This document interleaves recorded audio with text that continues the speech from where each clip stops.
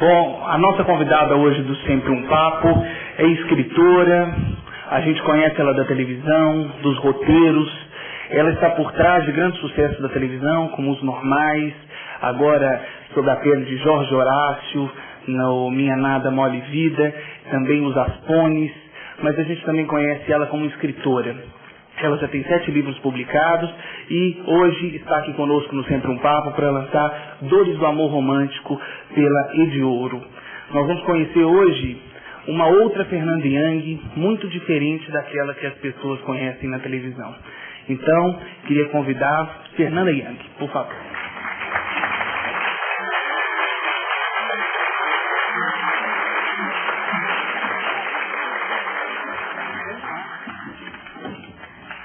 Obrigada, desculpa pelo atraso, não fui eu que me atrasei. Fui eu, tá? Não suporto atraso. Bom, eu hoje estou aqui para falar sobre amor. Engraçado isso, mas é exatamente o que eu tenho feito nessa série de viagens que realizo, lançando o livro Dores do Amor Romântico. Agradeço ao projeto, ao apoio do Banco Caixa e do Teatro da Caixa e principalmente agradeço a presença de vocês. Muito obrigada. Esse livro é um livro que eu comecei a escrever, é o primeiro de todos, na verdade, porque ele começou... Tem poemas que estão nessa edição que foram escritos na década de 80, quando eu ainda era adolescente.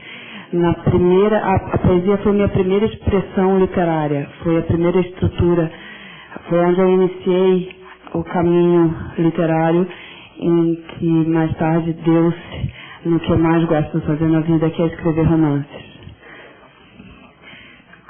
Entretanto, publicar um livro de poesia, eu acho definitivamente um ato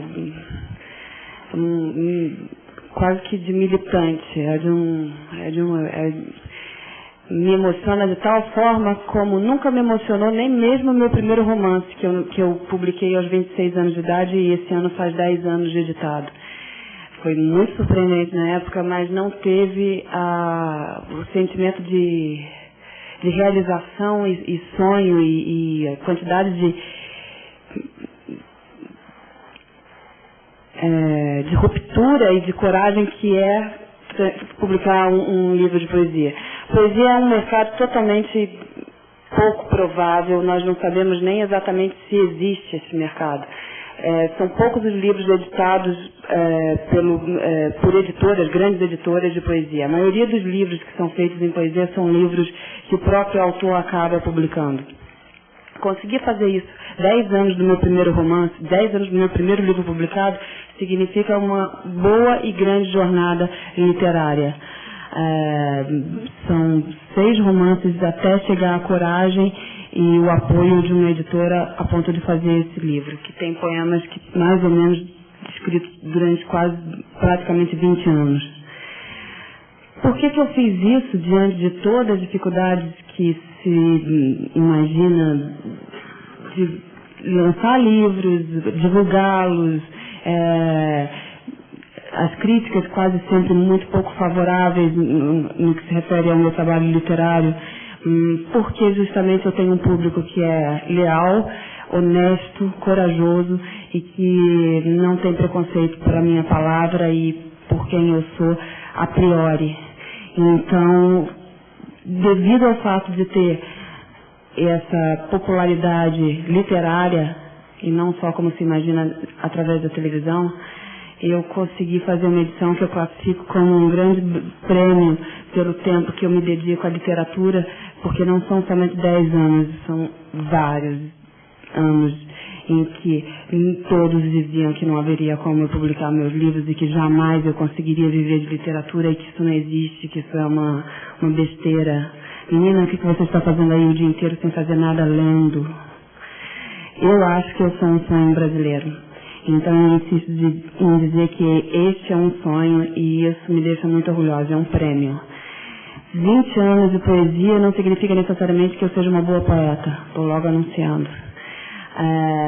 Como eu de fato acabei por me dedicar aos romances, e a poesia ficou cada vez mais rara e cada vez mais, o termo horroroso que eu não suporto, mais uterina, cada vez mais como se fosse um fôlego. Eu tenho repetido muito essa metáfora porque eu gosto muito dessa frase, que é: a poesia salva um afogado, do Mário Quintana.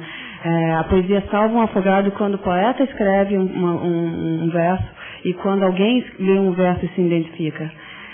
Mas definitivamente é quase que um constrangimento para mim, que tenho o alívio de me descrever disfarçadamente através da ficção, anunciar sentimentos tão viscerais, tão absolutamente, muitas vezes, piegas. O amor, ele não pode fugir, não deve fugir aos clichês. O clichê é uma boa ideia que, na maioria das vezes, é mal utilizada, mas o clichê é uma boa ideia.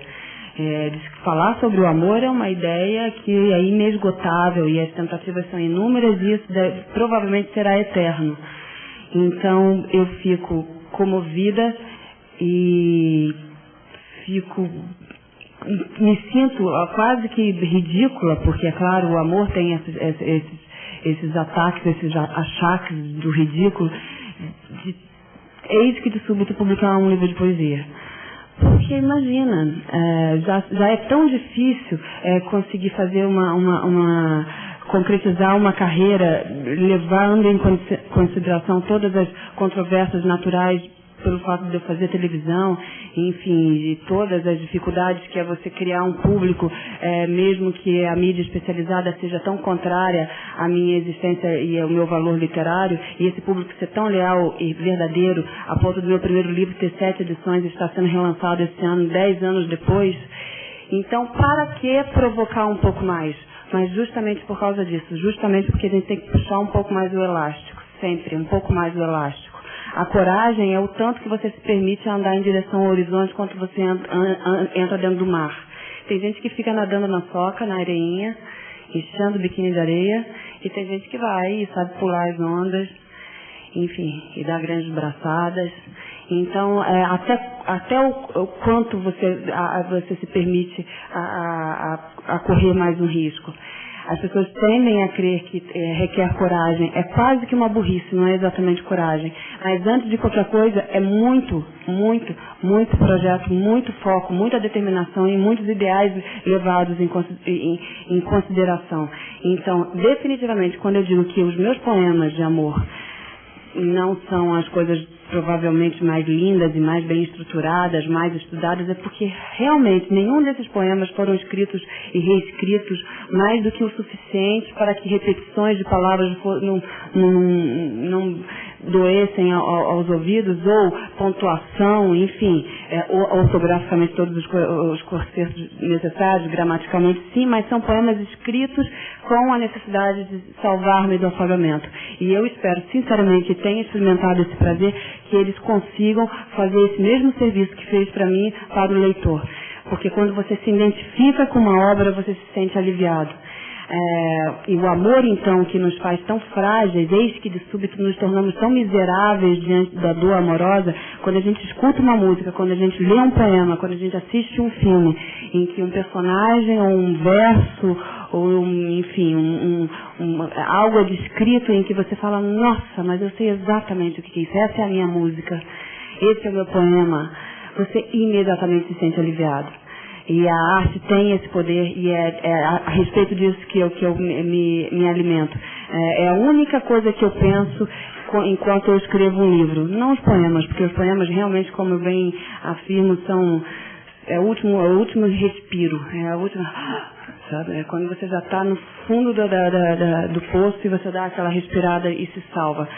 Mas, quando todas as vezes que eu escrevo, tanto romance, não exatamente através de personagens perfeitos, os meus personagens tendem sim a causar azedume, a causar mal-estar, a serem desgusting de certa forma, até para criar uma identificação às avessas. Nossa, mas eu pareço com isso também. Porque a identificação ela não deve ser necessariamente agradável, ela deve apenas existir. Porque é acalentador você saber que você não está sozinho. E a única coisa que me interessa enquanto eu escrevo é justamente tentar falar de algo que eu acredite ou não ideologicamente, porque tem personagens horrorosos, medonhentos, que você pensa, por que eu estou descrevendo tudo isso? Mas eles existem. Mas, sinceramente, eu acho que quando as pessoas se identificam com uma obra, essa obra ela realizou um grande intento. Ela alcançou a sua função, não como uma regra, é a função para mim. Ela não é uma regra, a arte não tem, cada qual com o seu cada um define o que significa arte para si próprio. Entretanto, eu adoro que as pessoas se aliviem através da minha obra. Então, escrever um livro, Dores do Amor Romântico, significa justamente pegar pesado total no que há de mais democrático, que é justamente o amor. O amor é a única coisa que nos faz que você se torna igual ao outro. Porque de uma maneira ou de outra, por mais variáveis que haja, sempre resvalamos naquelas reações humanamente repetitivas, que é o ciúmes, a raiva, a inveja, a possessão, porque no amor a gente se parece muito, no amor a gente se encontra. Recentemente eu li uma frase estava lendo Nietzsche, e tem uma frase sensacional que é muita prepotência do homem se crer merecedor do amor. E é, de fato, muita prepotência, né? Porque é uma coisa que a gente exige tanto. Eu quero que você me ame tanto quanto eu te amo. Por que quer? Quem é que lhe faz? Quem lhe dá o direito de querer tanto? Por que queremos tanto o amor? Qual é a nossa intenção diante do olhar do outro? O olhar que nós idealizamos perfeito, aquele que nos parece o mais necessário e vital para a nossa existência.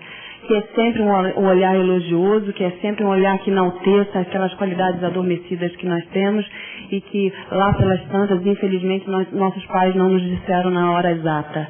A gente ainda busca o elogio materno. E o amor, ele é, pela arte, totalmente mentiroso. A arte mente a respeito do amor e a gente acredita no amor que a arte descreve. Entretanto, a gente não sabe se a arte descreve o amor mentiroso ou a gente observa o amor e o descreve dessa forma. É intrigante, porque você não sabe quem veio primeiro, se é o ovo ou a galinha, mas o amor que a gente atua no Ocidente é o amor romântico. Esse é um movimento. O amor romântico é um movimento que não acaba e não termina, porque as músicas continuam anunciando paixões eternas, anunciando metades que serão encontradas, amores perfeitos, quando na verdade nós bem sabemos, e eu não sou uma pessoa desiludida, que isso é um tempo que dura e tem sua medida. E ela é bem incrivelmente característica e quase que lógica. Em Tristão e Isolda, que eu adoro, e é uma obra que remete a, sei lá, do século XIV, posso estar enganada porque também essas datas têm, e é um clássico do amor romântico, que é a porção do amor. A porção do amor, eles tomam, dura 3 anos. São 3 anos que a porção do amor de Tristão e Isolda tem como medida. É o tempo da paixão. Quantos nós já não experimentamos aquela paixão que dura 4? Né? Aí chega 7, que é a grande crise, e aí, pronto. Eu, que sou casada já há alguns anos, recomendo que quem está aqui apaixonado e, enfim, pensando em ter filhos, por exemplo, tem dado muito essa recomendação, porque eu faço esse tipo também de assistência. Eu sou quase uma conselheira matrimonial. Um aluguel, aquele casamento chato, meu, de anos. Adoro, amo, mas um saco. Que é o seguinte, tenham filhos depois dos 7 anos.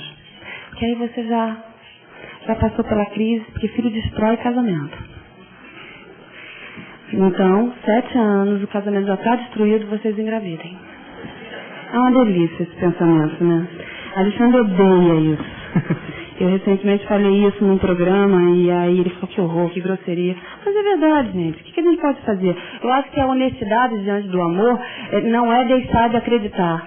Não, porque senão não vamos escrever livros de poesia, não vamos comprar livro de poesia, não vamos escutar músicas, não vamos comprar disco de Chico Buarque, nada disso irá existir. Mas a realidade do amor é você saber definitivamente que não adianta você querer experimentar para sempre com a mesma pessoa essa experiência incrível do amor eterno.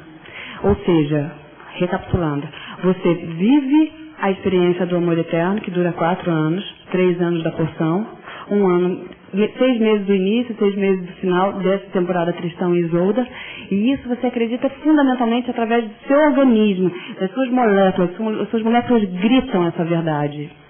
Odeio esse movimento, não vou fazer. Isso me irrita.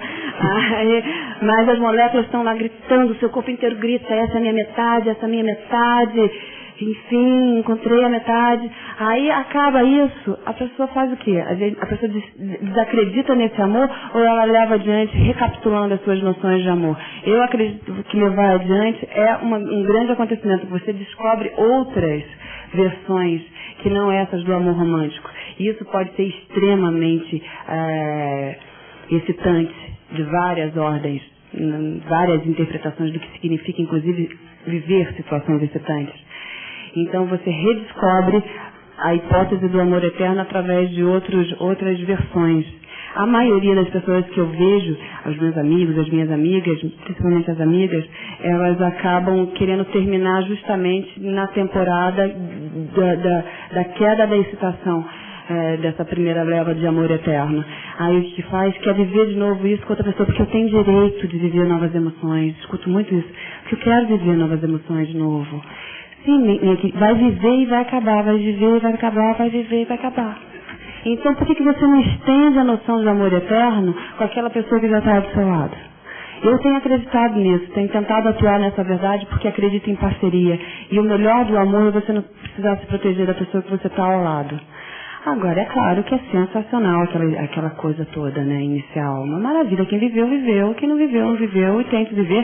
E quem viveu e está optando por dar continuidade ao seu amor eterno de outras maneiras, fique na memória, né?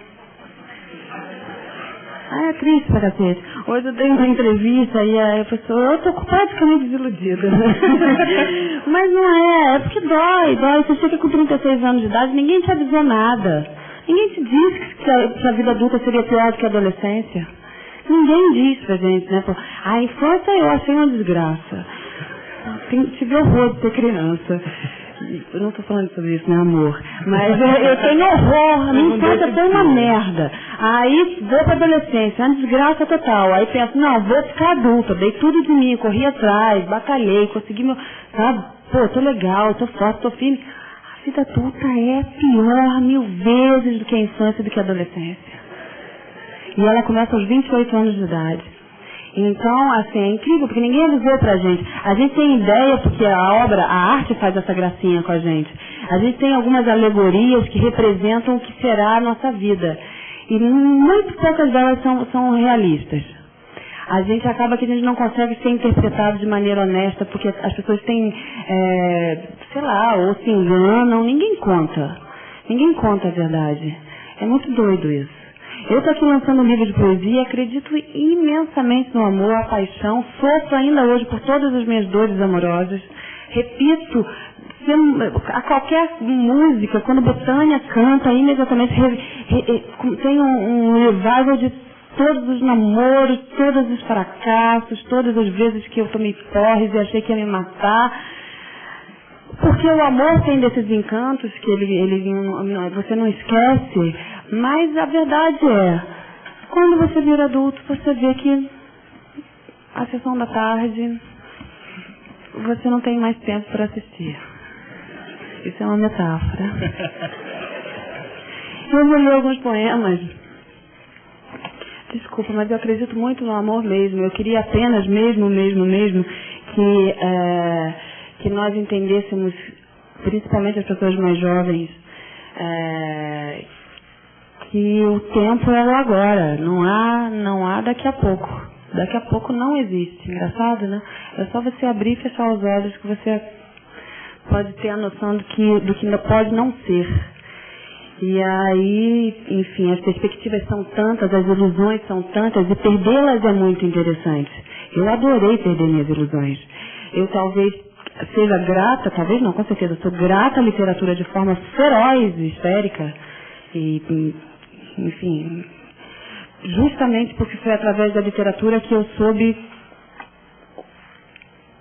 80% do que eu sei hoje em dia.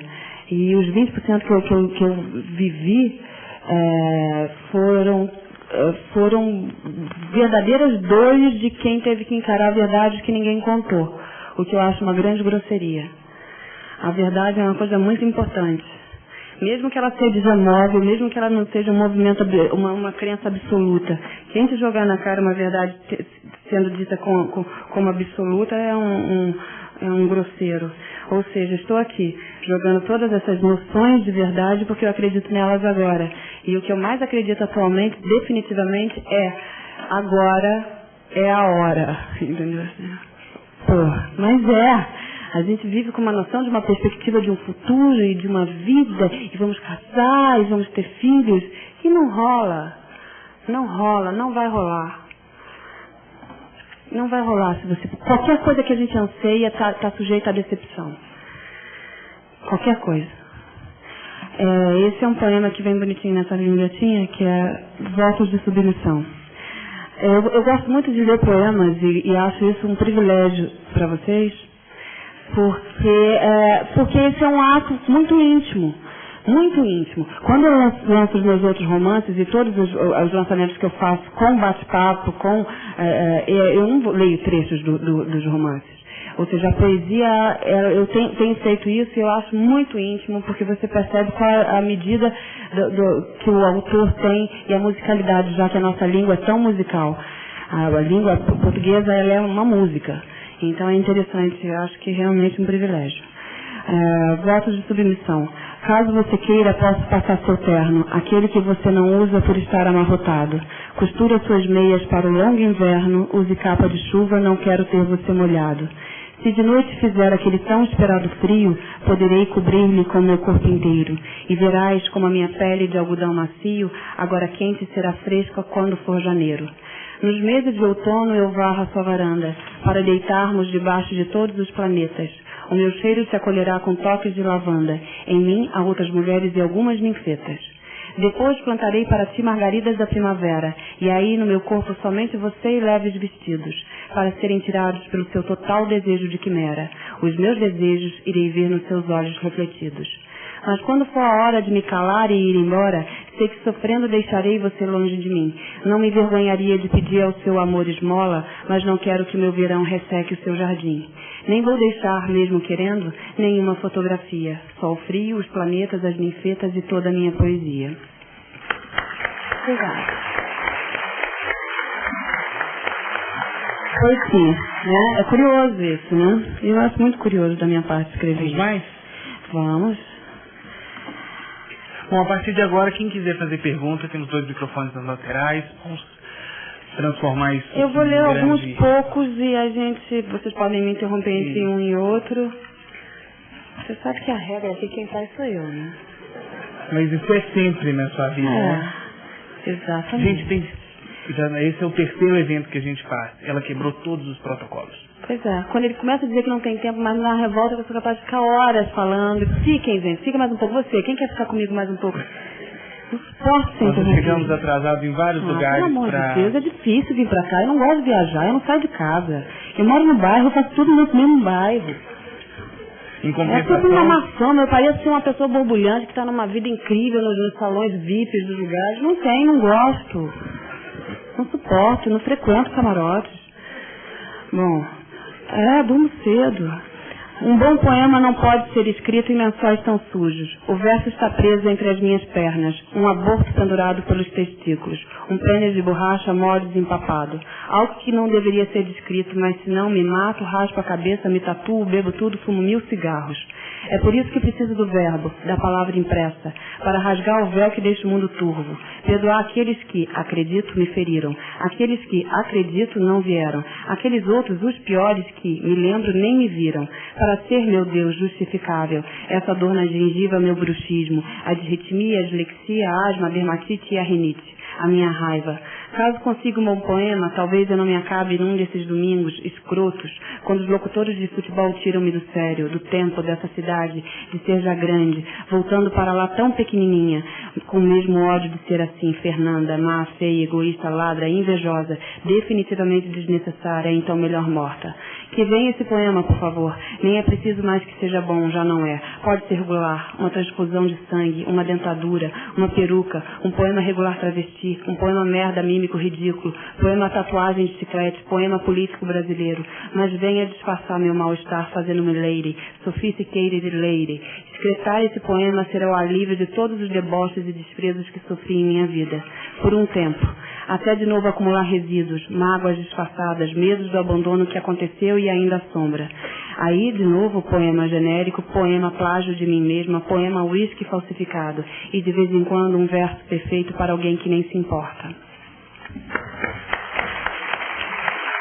Não é constrangedor? Constrangedor. Eu morro de vergonha de tudo.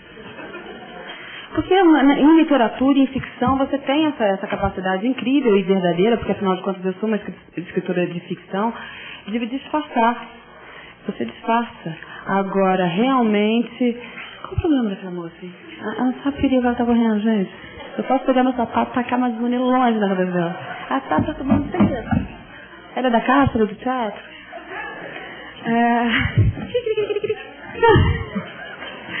Sabe que eu sou um pouco agressiva?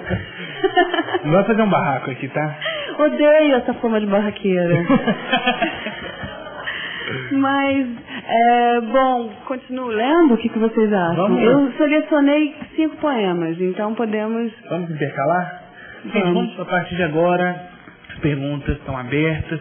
Fernanda, quem lê o livro vê que as páginas não são numeradas e que os poemas têm uma linearidade, né? Quando você chega no final, você vê que eles não foram ali jogados. Não. E ao mesmo tempo você fez esse livro com poemas soltos, inclusive que alguns ficaram prontos no dia de entregar, não foi isso? Tem poemas assim, de véspera.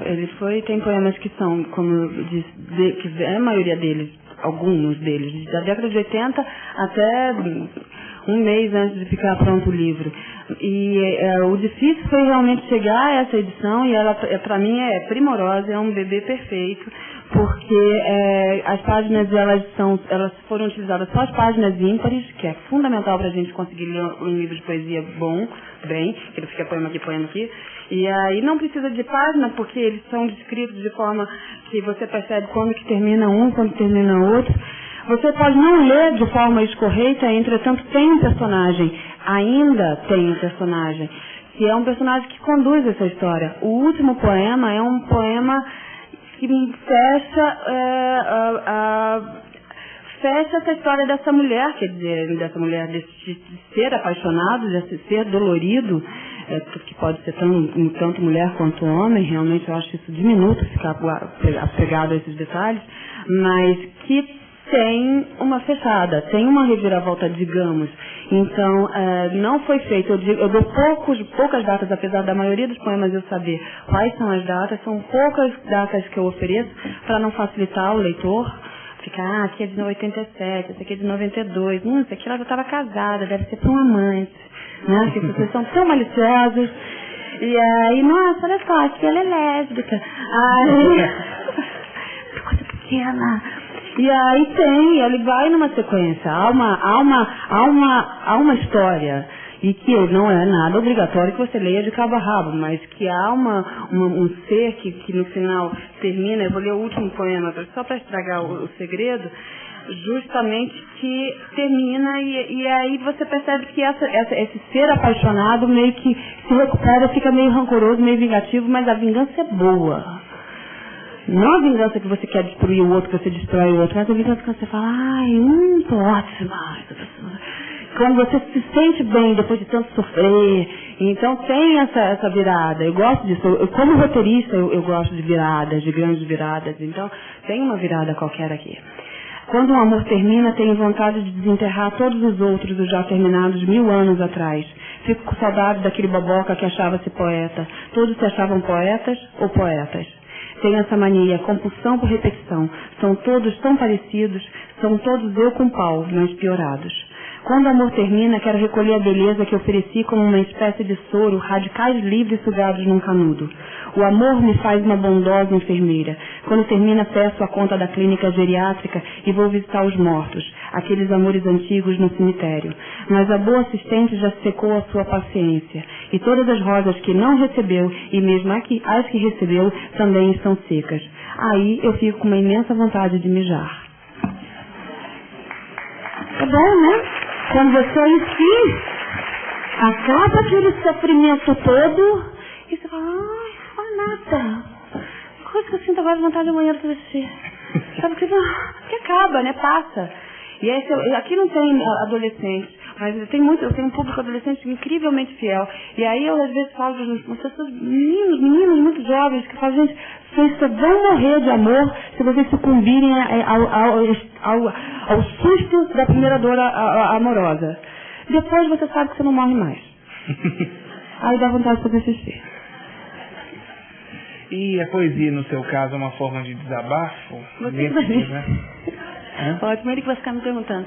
É um desabafo. Ninguém pergunta, eu pergunto. Não, é um desabafo, tem que ser um desabafo. Inclusive as pessoas têm que escrever, isso é fundamental. Escrever é fundamental, todo mundo tem que ter um caderninho escrevendo tudo sempre. Porque a gente entende, a gente vê. E a gente desabafa. E a gente fica naturalmente menos ridículos na vida. Vamos lá, seu nome? Obrigada. Põe. Meu nome é Patrick, tenho 26 anos, sou jornalista, apesar de você não gostar, sou escritor. Eu queria te fazer duas perguntas. A primeira é com relação ao sofrimento que você coloca nos seus poemas e, ao mesmo tempo, o humor que você tem, que está na sua veia, que a gente percebe. Como é essa relação sua da dor com o humor? Como você trabalha isso nos seus poemas? Eu acho que a pessoa engraçada, ela é uma pessoa desesperada. Todos os grandes comediantes que eu conheço são meio que quase que se fosse uma reação depressiva. Está tão engraçado. Eu fico sensacional quando eu fico deprimida, por exemplo. E realmente é quase que uma reação nervosa mesmo. Mas, entretanto, é claro que o humor é uma grande reação. Quer dizer, jamais reclamaria pelo fato de reagir de forma engraçada diante da dor. Nem sempre é assim, mas é porque o riso, ele disfarça assuntos muito, muito tenebrosos. Eu acho que através da comédia, eu tenho conseguido falar coisas muito sérias e as pessoas ficam rindo, e é bom porque elas estão rindo de coisas sérias e elas estão, através do riso, compreendendo coisas muito importantes. Que se você falasse de forma polida e dramática, iria ficar enfadonho, assustador, e por isso mesmo você perderia o seu interlocutor. Então o humor, ele é uma maneira de atrair atenção para quase sempre assuntos muito, muito intensos. Por exemplo, agora que eu tenho esse programa que se chama Irritando Fernando Young, a irritação é um assunto muito, muito, muito delicado. E é um tabu quase, porque as pessoas acreditam que ser irritado é uma deficiência de caráter. Quando na verdade ser irritado é porque você está vivo e que você pode mudar coisas que te machucam. Se você não se irrita, você está ou medicado ou você está de bobo na vida. Não está irritado porque eu estou irritada, tem que estar irritada, gente. Se eu não ficar irritada, eu estou louca. Eu não estou entendendo. Entretanto, eu tenho escutado muitas pessoas reagindo às minhas perguntas sobre a irritação justamente porque elas temem assumirem algo que pareça depressivo ou enfim. Então, através do humor, eu consigo falar sobre isso. É uma maneira. Agora, realmente, o humor, ele é apenas um disfarce.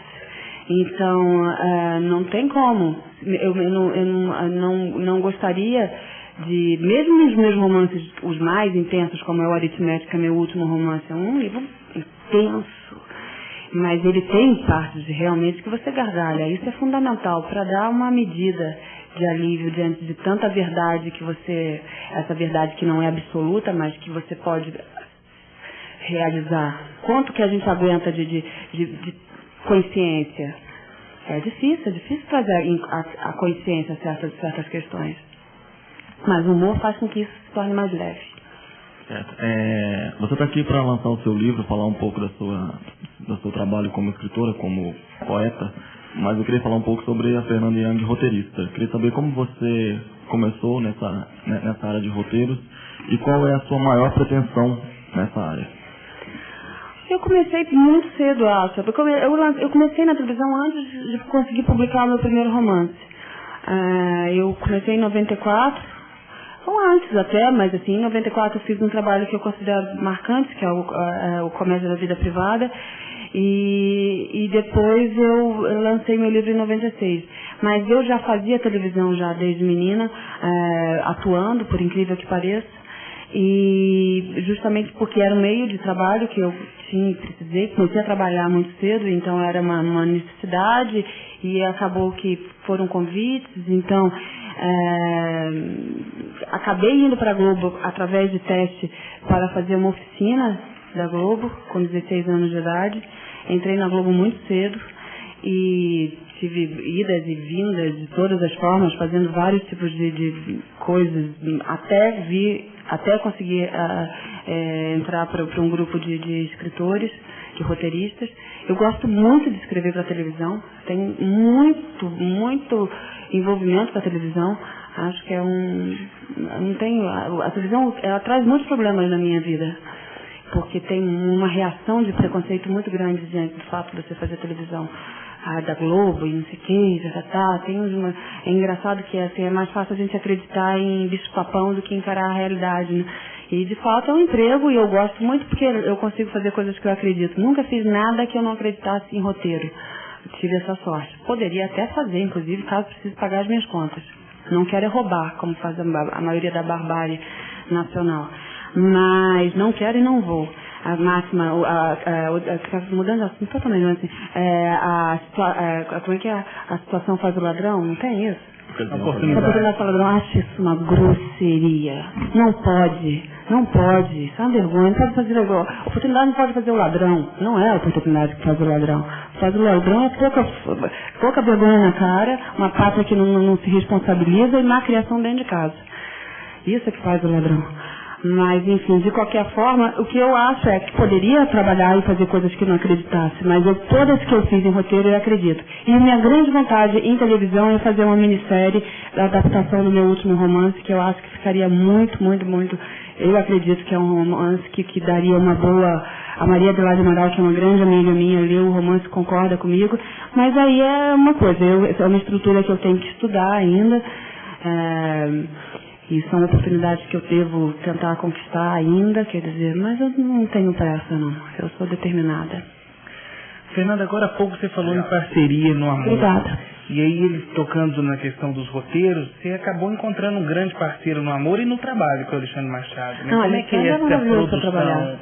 É engraçadíssimo, ele é muito bom. Ele é realmente, eu acho ele o melhor roteirista do Brasil. Acho. E eu sou distantemente longe, estou distante dele. Eu não sou a segunda melhor do Brasil e para mim ele é o melhor. Então, assim, e quem é o outro melhor, para mim eu não consigo nem enxergar. Eu tenho realmente admiração pelo trabalho dele. Ele tem uma estrutura, ele é formado em engenharia mecânica. Ele faz um roteiro como faria um programa para computador. E não é que isso signifique que ele seja metódico, é porque ele tem um esquema de raciocínio muito específico, que curiosamente os engenheiros mecânicos costumam ter de forma parecida, é um tipo de gente. Então ele tem, né? Você tem engenheiro mecânico aqui, mas é um tipo muito estranho. E aí, muito, é uma medida, ele se considera ele se considera uma pessoa prática do roteiro no sentido da perfeição do ritmo e da estrutura perfeita que ele desenvolve cada vez melhor, e quando você pensa que ele está satisfeito, ele já quer fazer outra coisa. E eu acho que o que eu faço ao lado dele é justamente dar o assunto, quer dizer, trazer o repertório, porque cheio de histórias, cheio de percepções, cheio de novidades, de visões, de ideias, mas assim, o roteiro, a estrutura, o quanto ele é metódico em desenvolver uma medida, até onde ele vai na realidade, porque é difícil você descrever a realidade em televisão. E a gente tem tentado isso desde dos normais, e eu confesso que essa era sempre uma opinião minha, que a realidade é suficientemente engraçada ou triste. Eu não gosto de coisas nonsense. É claro que você tem que aumentar para ficar engraçado. Ou você tem que dar tirar o tom da realidade para aquilo se transformar em televisão. É necessário, por enquanto, na TV Globo. porque talvez já dê para fazer um realismo. Eu acho que ainda não conseguimos tecnicamente desenvolver essa medida do realismo exato, mas eu sempre fui a favor disso. Alexandre era bem mais nonsense, Alexandre criou o TV Pirata, Alexandre faz humor há muito tempo, era um outro tipo de humor que ele fazia. Mas na medida que essa teoria foi experimentada em casa, ele está cada vez mais buscando uma linguagem onde caiba essa opinião, essa visão de que a realidade é suficientemente na medida. E é complicado, porque é um roteiro muito amarradinho, os nossos roteiros são muito amarrados. Dificilmente um ator muda alguma coisa. Tem, claro, como a gente trabalha com atores maravilhosos, tem os improvisos, mas até os improvisos são colocados na estrutura do roteiro. Então é muito bem feito, é uma coisa de engenheiro mecânico. Aquela dúvida que todo mundo tem, no caso de Os Normais, é o casal? Não, Rafael. Que bom que ele fez essa pergunta, eu posso escolher mais ele, não vocês. Essa é uma pergunta primária. Claro que não, porque é o seguinte, imagina se o Alexandre vão ficar naquela coisa que correu pelo Rio de Janeiro, bebendo, querendo trair, indo nas festas. Nós somos pessoas pacatas, cansadas. Imagina, que inveja que eu tenho de Vanessa. Entendeu? Aquela vida borbulhante, festas. Não, com aquele corpo lindo da Fernanda Torres, nada disso. Alexandre, então? Eu tô com uma antipatia dele, me aborreceu tanto essa semana. Viu? Valeu fazer a pergunta retardada. É bom, te amo, Rafael. Também. Vamos fazer mais perguntas? O povo está frio, né? Um pouco. Vamos ler mais, então? Eu tô com medo. Eu não sou, gente. Eu jamais vou. Ela não vai fazer um barraco aqui hoje. Não faço, nunca fiz. Seu nome? Alessandra. Oi. Peraí que estão indo aí te socorrer. Pronto, ela conseguiu. Então, mas é uma pergunta. Também tô te enxergando direito, eu esqueci o óculos. Aqui, ó. Mas foi, enfim. Eu nunca tinha ouvido falar de Fernanda Young. Eu já assisti Os Normais, não sabia quem escrevia, não sabia nada, eu só achava engraçado. Eu gostava muito. Assisti o filme, tudo. Aí eu lembro que uma vez eu fiz alguma coisa, falei alguma coisa, e meu cunhado falou assim pra mim: nossa, Alessandra, que coisa de Fernanda Young. Adoro. Eu falei, nem sei quem que é essa. Aí eu lembro que uma vez eu comprei uma revista, era uma revista L, sobre a Gisele Bündchen, que escreveu uma coisa sobre a Fernanda Torres. O que eu achei muito interessante. Aí eu falei, essa é a Fernanda Young, gravou aqui. Exatamente. Aí tá, eu falei eu quero saber mais sobre ela, só que passou batida, aí passou 1 ano, passou 2, sei lá quantos anos. Até que chegou hoje. Não, ainda não tinha chegado hoje. Eu peguei uma revista esse ano, eu não lembro qual, não. Aí tinha uma entrevista com você, e olha que eu li, eu senti um monte de coisa, foi muito legal. Mas eu não entendi o que eu senti, não. Mas qual parte, qual a dúvida? Me conta. Não foi assim. Então, isso eu acho que eu senti um pouco de inveja, sabe? Eu adoro gente que anuncia inveja. Não, é importantíssimo. Eu não acredito, ela faz tudo o que eu queria, assim. Eu gosto de escrever pra desabafar. Ela escreve pra desabafar, publica e ganha dinheiro. Ai, maravilhosa. Deixa eu bater palma pra ela. Que corajosa, que menina interessante. Parece comigo. Então, aí, quando eu cheguei aqui, aí eu pensei, não, depois eu tenho que comprar um livro dela. E tudo, só que eu esqueci de comprar o livro, fui esquecendo. Aí quando eu cheguei aqui hoje, tinha um livro. Aí outro dia eu entrei numa página da internet com acesso para saber dos eventos aqui de Brasília. Eu sou mineira, tô morando aqui há pouco tempo. Aí eu cheguei e vi, eu falei, opa, agora eu vou lá, tem que dar um jeito, né, e tal. Eu cheguei aqui com o livro, aí eu sentei, li o primeiro poema, falei, nossa, que massa, gostei. Aí você começou a falar. Eu falei, nossa, ela é toda punk, eu sou toda patricinha, mas a gente é tão parecida. Não, calma, não vai fazer tatuagens não, hein? Não, eu sei, eu já pensei em fazer uma do Pequeno Príncipe. Eu adoro Pequeno Príncipe, adoro Pequeno Príncipe. Mas enfim, aí quando você começou a falar que se sentia bem quando uma pessoa se identificava, nossa, eu quis te falar que você pode se sentir muito bem hoje, então. Obrigada, era uma graça. Porque eu me senti muito identificada. Eu abri o primeiro poema, quando você leu o primeiro poema, aquele sobre submissão. Exatamente, eu até chorei, sabe? Foi muito legal. E assim, eu achei engraçado porque eu vou fazer de 14, vou fazer 11 anos de namoro. Nossa! Terapia é sempre um passo. Ela tá no meu processo do que eu. Vai lá, reclama. Não, então, tipo assim, realmente o amor romântico durou 4 anos. Dura 4 anos. Aí teve a crise do 7, é verdade. Já teve filho? Ainda não. Piora bastante. Ainda não. A gente vai morar junto a partir de agosto. Então eu tô com medo. Vai dar certo. Vai dar certo. Mas então, eu adorei estar aqui, foi muito legal, porque tipo, eu comecei a ver que o que eu senti quando eu li a revista, lá era identidade, era inveja, era identidade. E você chegou aqui e foi falando, foi descrevendo tudo que eu estava sentindo, tanto a identidade quanto você falou que eu sou um exemplo de realização do sonho brasileiro, e é isso mesmo. Muito obrigada. Eu que agradeço. Muito obrigada. Vamos ler mais uma, antes de passar para outra pergunta? Uma gracinha. Quer que eu... Que não, fiquem, vai. Não pode saber. Oi, boa noite. Oi. Meu nome é Jorge. Diferente da Alessandra, eu já te conheço há algum tempo. Você me foi apresentada por uma amiga muito interessante chamada Paula. E você é muito elo meu e dela, assim, você nos une muito, a gente sempre está trocando os livros, uma está sempre ligada no que você está fazendo e comentando com a outra, e de um tempo para cá ela me adotou como assistente, porque ela decidiu que ela vai ser escritora. Então, eu tenho recebido e-mails dela tal, e eu estou péssima nessa função, porque eu destruo com tudo que ela fala, não é pelo menos que ela é engraçada, ela tem humor. Mas eu só queria te falar isso, que eu te acompanho há um tempo, eu te admiro como escritora, como roteirista, mas eu acho que você é sua melhor profissão é ser você mesma. Então, naquele tempo que eu te acompanhei, você fazendo o programa Saia Justa, eu me divertia muito, eu me sentia assim, lá na sala com vocês, batendo papo, e eu me lembro que você se falava muito assim, de ser incompreendida em determinadas coisas que você falava. Não é verdade, você é compreendida assim.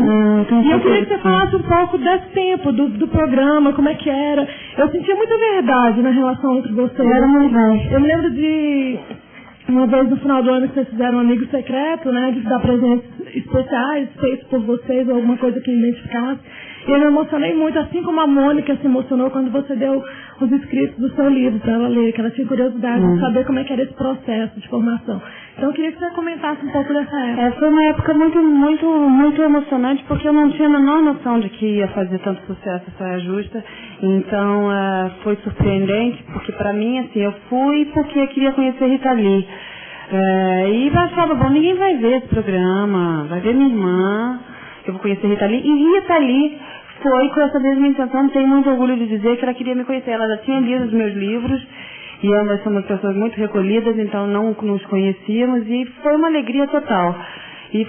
Mas ao mesmo tempo não foi a melhor temporada da minha vida, principalmente o primeiro ano, justamente porque eu não estava preparada para adquirir uma popularidade devido à minha timidez. Eu já era conhecida na medida que me parecia importante para a minha literatura, então não havia a menor intenção de me tornar uma pessoa mais famosa e de me tornar uma pessoa pública da maneira que aconteceu.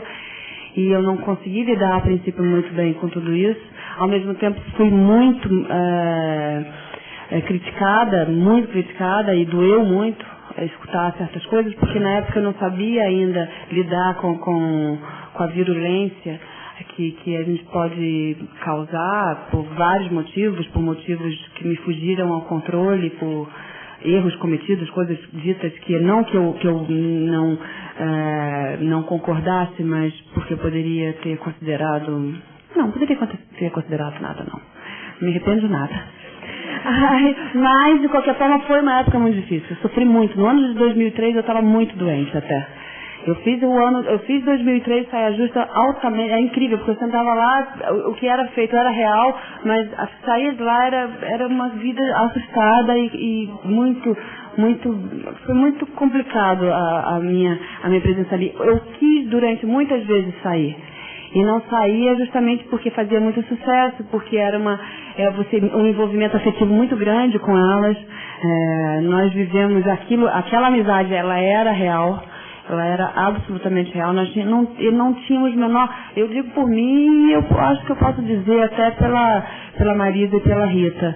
Nós não tínhamos menor noção do que a gente estava fazendo. Era só uma conversa que a gente esquecia que tinha câmera. E mesmo, era uma coisa meio esquizofrênica. E não havia competição alguma. É incrível a vontade de cometer um ato anárquico da gente, assim.